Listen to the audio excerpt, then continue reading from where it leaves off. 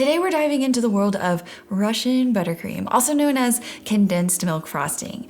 Now, of all the buttercreams that I've studied, this one is a really valuable one to learn about in that it requires the least amount of effort for such a high quality buttercream in terms of texture and flavor. And here are some good reasons you'd want to try this frosting. Number one, you love the flavor of sweetened condensed milk. This buttercream is made primarily of just butter and condensed milk, so the final frosting is going to be extremely dairy forward. Number two, you're interested in exploring new buttercreams. This one is a great introduction to the more expansive yet a little bit more complicated emulsion-based buttercreams. But this is the easiest one. It doesn't require any cooking, and usually I can pull it together in around 15 minutes. And number three, you need something good to decorate with. So I design all my buttercreams with a minimum amount of stability. This performed really well in my tests for pressure and heat. It also frosts really smooth on the outside of cakes and pipes really well too. Now, as easy as this frosting is, there is a bit of nuance in how it comes together.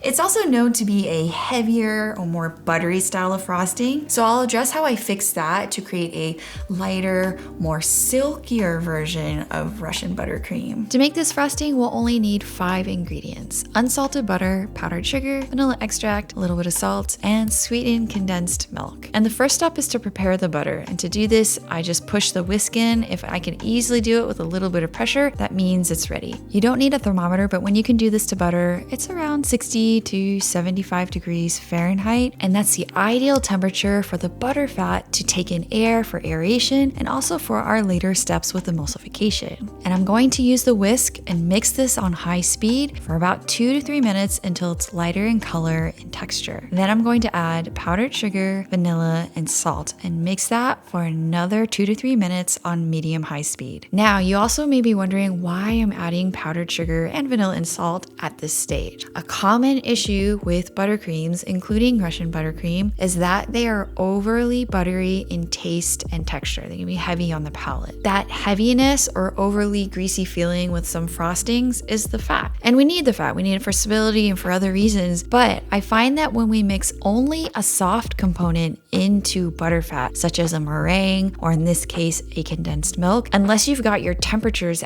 absolutely perfect, it doesn't properly mix and evenly distribute within the butterfat. So I've come up with this foolproof method to prevent that overly heavy texture and get a silky buttercream every single time by preconditioning the butter with a little bit of powdered sugar. Now, those tiny sugar crystals are dispersing evenly throughout the butterfat. It's breaking up the fat a little bit while aerating, also creating a little bit of sweetness by mixing with the bit of water contained in the butter. And I'm also adding a little bit of vanilla and salt to flavor the butterfat. By the end of this preconditioning process, the butter is lighter and creamier and a little bit sweet, and it's the perfect temperature to create a smooth emulsion. And here I'm going to show you the difference. The top one is more yellow, and that's just softened butter that I smeared on the plate. The middle is aerated frosting with no sugar added. You can tell the color difference. And the bottom is the butter with the powdered sugar and vanilla and salt added. You can see that it's a tiny bit glossier. All right, the second step after we've made the frosting butter is to add the sweetened condensed milk incrementally. So notice I still am using the whisk attachment. That's ideal for emulsification. And I'm going to add my condensed milk in 3 additions, mixing for 1 full minute after every addition. Once all the milk has been added, I'll mix on high speed for a full minute. And make sure you do this because that ensures that the milk emulsifies with the butter. It's difficult to assess visually because milk and butter are around the same color.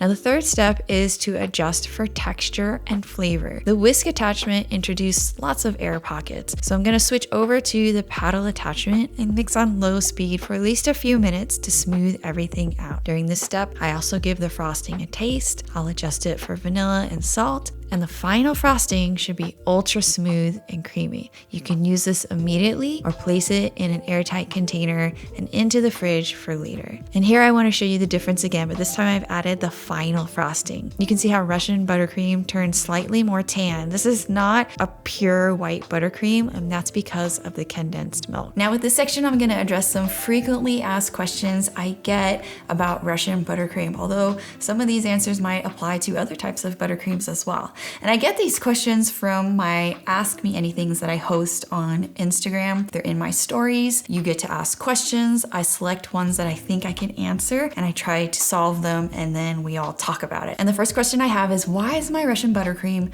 curdled, runny, or loose? So there's a two-pronged answer because it's two different scenarios. So let's do the first one, and that's curdled buttercream. The reason why your buttercream is curdled is because the butterfat was likely too cold. For both of these, I'm gonna say that condensed milk is probably not gonna be the issue because the issue is temperature, and I keep my condensed milk, since it's a shelf-stable product, in the pantry. So that's already at room temperature. So it's usually gonna be the butter. So the butter, if it's too cold, is in a solid state and the butter fat remains solid. That's why you see those little kind of dots or pieces in the buttercream that's separating from what looks like kind of a glossy liquid. That is butter fat that's, too cold in its solid state and it's clumping everywhere and it can't grab on to the condensed milk and create a stable and homogeneous or evenly mixed emulsion. So how do you fix that? Well, we have to bring the temperature up. And the easiest way and the laziest way is to just let it go. Just let the mixer go until it comes together. Eventually, it will equilibrate with the ambient room temperature and the buttercream will scientifically come together. There are ways for you to speed up that process. My favorite one is to use a hairdryer on the bowl, and it'll bring the temperature of the buttercream up just a little bit so that it emulsifies. Some makers like to put their buttercream in the microwave, even, a tiny bit, sometimes the whole amount of buttercream. I'm gonna hold off on that suggestion. And I know I've probably suggested to do that in the past, but that's before I understood the complexity of butterfat crystallization. Long story short, butterfat has a very specific structure. If you overheat it and destroy that structure, it's very difficult to bring it back. Okay, so the second scenario is if your buttercream is too runny or loose, and that's an indication that your butterfat was too warm. And in that case, you were probably able to emulsify your buttercream, but the final frosting is too loose. And given that you didn't overmelt your butter like I was talking about earlier, you can bring it back. So we had to bring the temperature down. So what I would do is place the whole bowl of frosting in the refrigerator just to get a chill on the bowl. Don't get the frosting all hard on the inside because that's gonna give you the first problem again with the curdled buttercream. Just need to chill on the bowl and then throw it back on the mixer, and eventually the buttercream will come together. Now I do have to bring up one last note about this answer because it pains me a little bit when I see the suggestion to add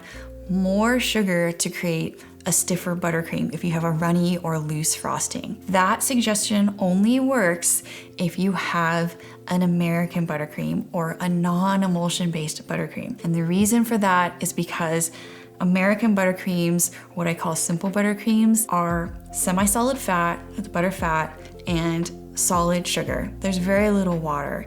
So we shove the sugar into the butter by mixing it together. It's very simple. There's no emulsification, and adding more sugar will indeed create a stiffer buttercream. If you try to do that with emulsion-based buttercreams, it could be any of them, including Russian buttercream, you're gonna end up with a looser buttercream unless you add so much powdered sugar that it probably becomes inedible. But what's happening is that the sugar is adding to the water-based component of the buttercream. There's enough water to dissolve all the sugar, so that part of the buttercream increases where the butterfat stays the same, so you completely thrown off the ratios and you'll end up with a runnier buttercream. Okay, the next question I have is, can you make Russian buttercream ahead of time?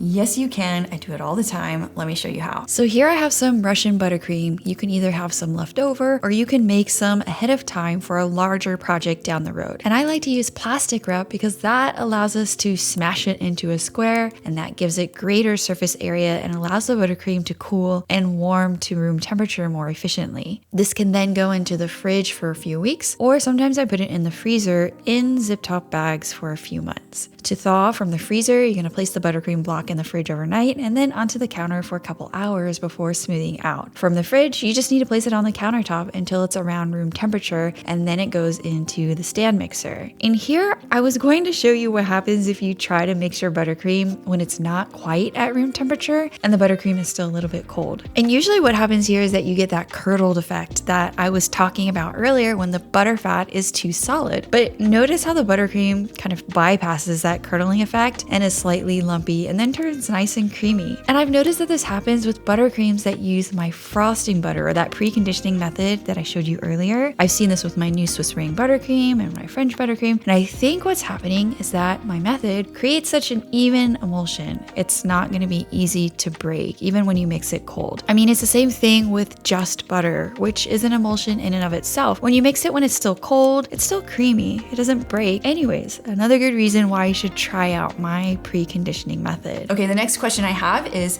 can you dye Russian Buttercream? Yes, you can. So let me show you how to do that too. So you can use either oil-based or water-based dyes. And for water-based dyes, I suggest using a gel-based food coloring like I'm doing here. This one's from Americolor, and it's highly concentrated, which means you have to use less product to achieve bolder colors than the more liquidy type dyes. So you just add a few drops of color and use a spatula to stir it in, or you can use a mixer. And usually the colors are more pale and less saturated this way. It's still really nice, but if you're looking for more intense colors, you can use my immersion blender trick to deepen the color. And what that does is knock out all the air. Wait a minute. That sounds really oversimplified. Oh yeah, it homogenizes the emulsion and disperses the dye droplets more readily throughout the buttercream, which actually doesn't have much air to begin with. That sounds a little bit better. Okay, the last question I have is, can you flavor Russian Buttercream? I always get this one. And flavors can be a complex subject, so let's tone it down a little bit. Usually I like to think of flavor modifications in 3 categories: easy, medium, and hard. So easy would be things like extracts, and the reason for that is that they're very potent.